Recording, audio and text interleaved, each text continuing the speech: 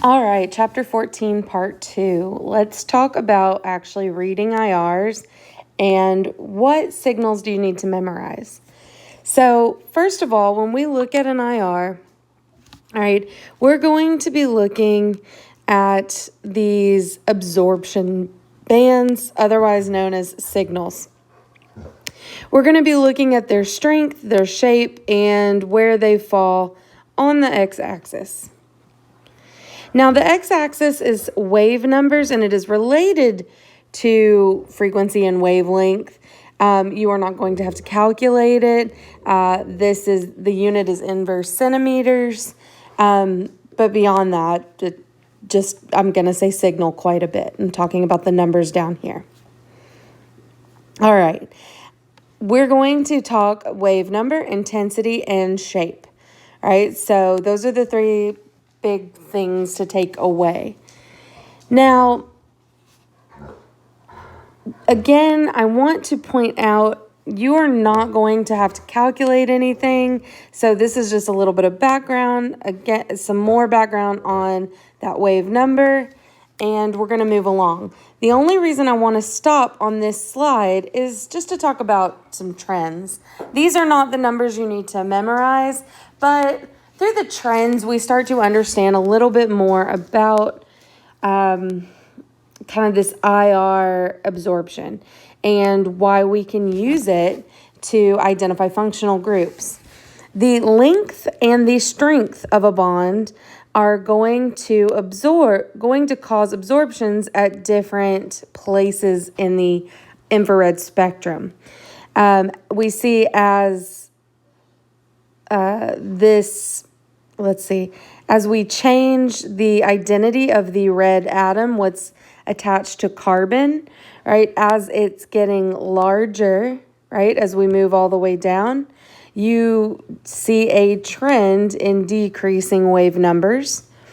We see something similar. These are all CN bonds, but triple, double, single, right? We're going to have the shortest bond to the longest bond.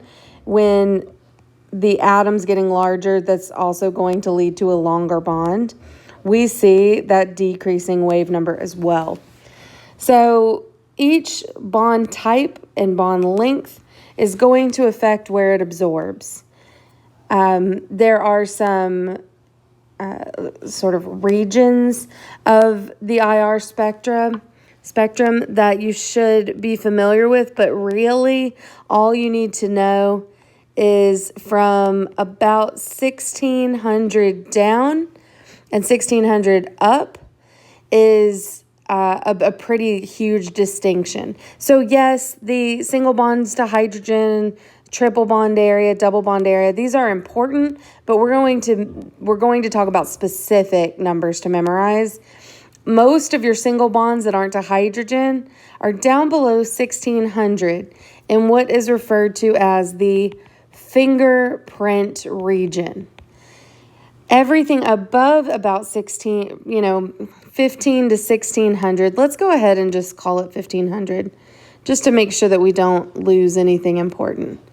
Everything above 1500 will be your diagnostic region.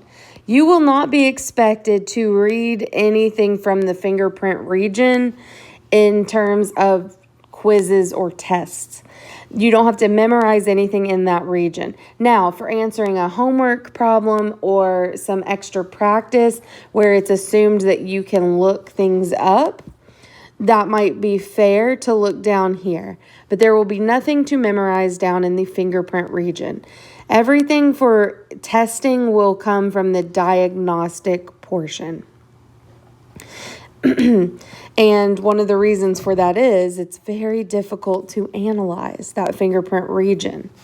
So if we look at two very similar compounds, we've got 2-butanol and 2-propanol. They have very similar diagnostic regions, right? If we look above 1500, they both have this wider signal. That's the OH bond. We'll talk about that in a minute. They both have kind of this messier, strong peak around 3000. Those are your CH bonds. And these two compounds have the same types of bonds, CC single bonds, CO single bonds, and OH single bonds. And so what is different in their IR, just like each human has a unique fingerprint, each compound has a unique fingerprint. So if you had a sample and you weren't sure which alcohol was present, you could compare to known IRs, and it would be pretty easy to tell, right? This fingerprint region is significantly different than this one. So it can be really useful. It's just much more complex to read. All right, so let's start making a list of what signals you need to have memorized. I'm going to switch to a blank side of this just so we can keep this running list. Signals to know. Signals to memorize. And our first set are going to be CH bonds. So there's going to be the sp3CH, the sp2CH. I suppose I didn't have to make that so messy. There we go. And the SPCH. Now, it's important to recognize that this is not about the carbon and whatever it is connected to on the other side. It is about the CH bond itself. And the hybridization of the carbon changes the length of the bond. Right? An sp3 hybrid orbital has more p character than an sp hybrid orbital. So an sp3 hybrid orbital is going to be longer. Anything that comes right below 3,000, that is going to be an sp3CH bond. So it says about 2,900. It's going to be below 3,000. If you draw a line up from 3,000, it's going to fall to the right. The sp2CH, a hydrogen on a carbon-carbon double bond. This is going to come right above 3,000. It says 3,100, but this could be 3,010. It's going to be right above 3,000. So don't necessarily memorize these two numbers, memorize these ranges. Below is a hydrogen on an sp3 carbon. Above is a hydrogen on an sp2 carbon. If you have a hydrogen on a triple bond, this is going to be around 3,300. sp2 is right above 3,000. sp will be around 3,300. And it will be fairly sharp, right? It won't be broad. It will be a fairly sharp peak. Here are some examples. If you have just an alkane, again, you can draw a line straight up from 3,000. It might be messy. There might be more than one absorbance here because there's often lots of CH bonds in an organic compound, but it will be right of 3,000. If there is a C double bond and there are hydrogens on it, you will see something to the left of 3,000, so above 3,000. It may not be as strong. Sometimes they are, sometimes they aren't. But if there is anything on this side of the red line, that indicates an sp2CH. A terminal alkyne is going to be at 3,300. It may be strong. It may be more sort of medium in its in how low it goes, but it will be sharp and it will be at 3,300. It's important to remember that this is not a signal from the CC triple bond. It is specifically from the CH on an alkyne. So if you have an internal alkyne, you are not going to see that signal, right? Because you don't have an SPCH. Now, if you have, presence of double bonds right above 3,000 is usually a good indication. But if there isn't one there, that just means there's no hydrogens on a double bond. It doesn't mean that there isn't a double bond, right? So it's very important to recognize that these first three signals are CH bonds.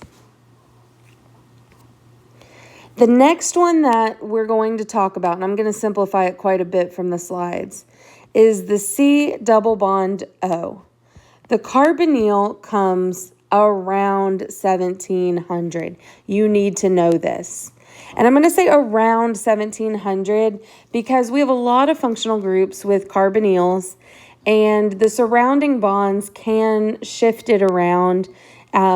You see here a ketone is at 1720, but we throw in a conjugated double bond next door, and now it's at 1680, right? So it does shift it around some. It has to do with the delocalizing of electrons. That's not super important that you know that, but that's what that slide is about. This is why I want to point out that you don't need to memorize all of the different types of carbonyl functional groups, ketone, ester, aldehyde, etc. There may be other ways to determine that, but the carbonyl itself is going to come somewhere in here, a little bit below 1700, maybe somewhere up to 1800. All right, ketones, esters, conjugated ketones, they're all very similar. So that carbonyl is going to come at 1700. It is important that we talk about intensity, but especially when you do a real life IR, sometimes signals that you would expect to be strong or weak look a little bit different. But when I say strong, it means we're absorbing most of that of the signal at that wave number. Weak, right? More is transmitting. What causes strong versus weak? It has to do with a number of things. Concentration is sometimes a factor. It's why your CH bonds are often very strong. It also has to do with the polarity, right? The dipole moment. When you have a polar bond vibrating, it's going to create a bigger electrical field around the bond than when you have a nonpolar bond. So, for instance, we really look for the carbonyl bond, but you can't always see a carbon-carbon double bond. So if you are analyzing IR and you're looking at a big book of IR signals, you're going to see that the signal for the CC double bond is around, 1600, but you're not always going to see it. And it's because it's not polar. Sometimes it'll pop out, sometimes it won't. The carbonyl always will show up. So this one is very reliable. So you definitely want to know that one. All right, very, very strong, much weaker. Sometimes you don't see them at all. For instance, this is a highly symmetrical alkene, and it has no dipole moment at all, and so that signal just sort of gets swallowed up into the baseline. So I don't ask you to memorize the CC double bond. Now, let's continue on. This just talks about how concentration can play a role. You're not going to use IR to discuss concentration, so we're going to skip over that.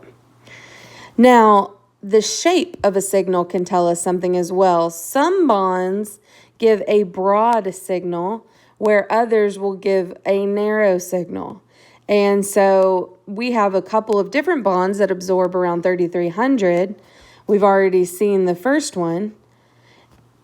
The shape can help us distinguish between a terminal alkyne and something like an alcohol. So the OH bond, and I'm going to write alcohol underneath it, we'll talk about that in a moment, is going to be broad, and it's going to be centered around 3300. It's not going to be confusing with it. You won't confuse it with the SPCH because the shape is so different. Why is this one so broad? Well, hydrogen bonding creates variation, right? This bond, the OH bond here, is weakened by the hydrogen bonds, but hydrogen bonds are transient. So if we're looking at a liquid sample, especially, right, those hydrogen bonds are fluid and they can break and form and break and form. So depending on kind of the state of this hydrogen bond, this bond will absorb at slightly different wavelengths. That causes this broadening. Sometimes your OH is very strong, sometimes it's more medium, but it always is broad. So you won't confuse it for this guy, which is sharp. Now, if you had a free OH, meaning that it could not hydrogen bond, it would show up and be more sharp. That is not something you're going to see, so do not worry about the free OHs. You are going to see OHs participating in H bonding. Now, why I put alcohol here. There is a carbonyl containing compound that you can identify through just IR, and that is the carboxylic acid. Now, you are still going to see a peak at about 1700 because you do have that carbonyl peak, but you are also going to see a huge, broad peak from about 3,300 down to, let's say maybe 2,500, right? It is going to swamp a large portion of the diagnostic region. This is from the OH, right? An alcohol, it's just broad around 3,300, so maybe like 35 to 3,200. But a carboxylic acid OH, because it can hydrogen bond in two places, is broadened much more.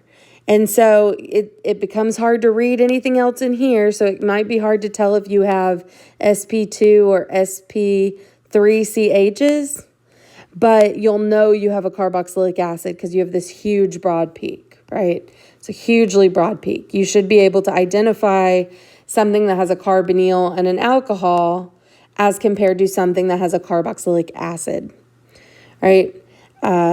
There will certainly be practice on that for you guys. The next category we're going to talk about is the NH bond. All right, this is another one that comes around 3,300, but we are going to examine them. They do look a little bit different. You can find primary amines. So a primary amine is going to have two hydrogens on it, and that is going to be two signals right around 3,300. It's hard to confuse that with anything because there are two signals there. They are not particularly strong like, like your CH down here.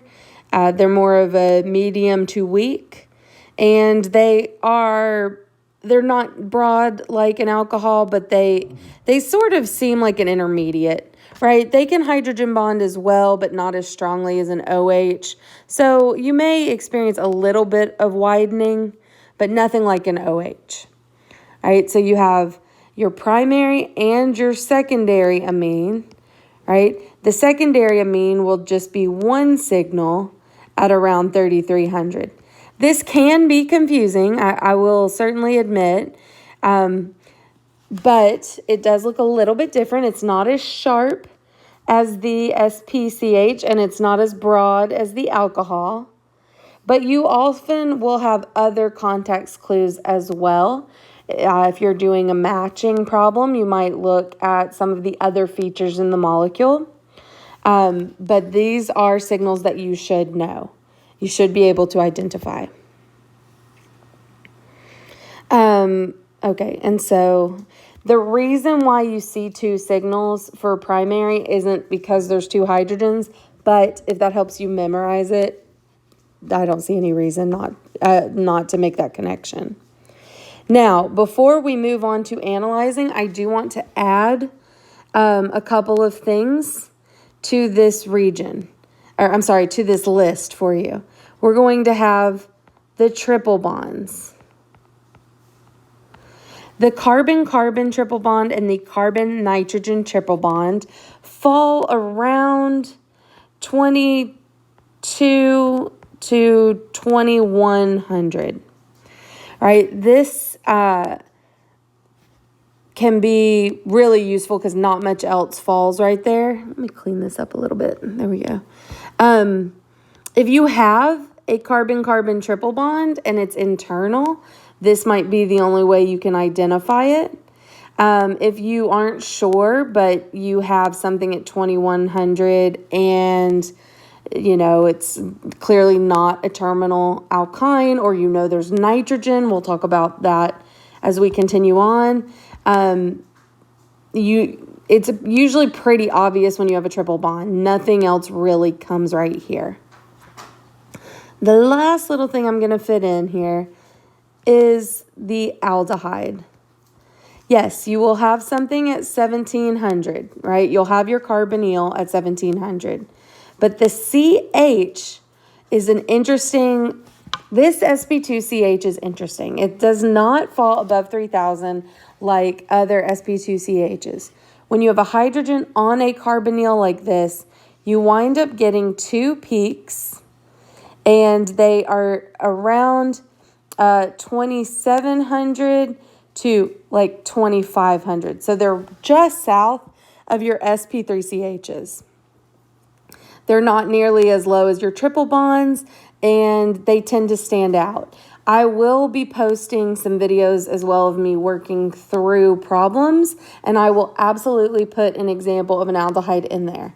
But if you are focusing on memorization, making note cards, making, a sheet to study from, this is the complete list right here of everything that you need to memorize. All right, so these are the signals that I expect on a test you to be able to identify. Now, when you are analyzing an IR, because of course Klein likes to give you some strategy, he's basically just telling you, look at the diagnostic region and start to take information from that. Let's see. Ways that we can use IR to distinguish between two compounds. It's usually best for when you just have a really straightforward functional group change, right? If we were oxidizing cyclohexanol to cyclohexanone, this would be pretty easy, right? Your starting material would have a broad peak around 3300, and your product would have a strong peak around 1700. Right? If you had both of those peaks present, or both of those signals present, then you know that you have some starting material and some product. So it's one way to tell if your reaction has started, and if the 3300 is completely gone, then you'll know it's also complete. In the next video, we will tackle mass spectrometry.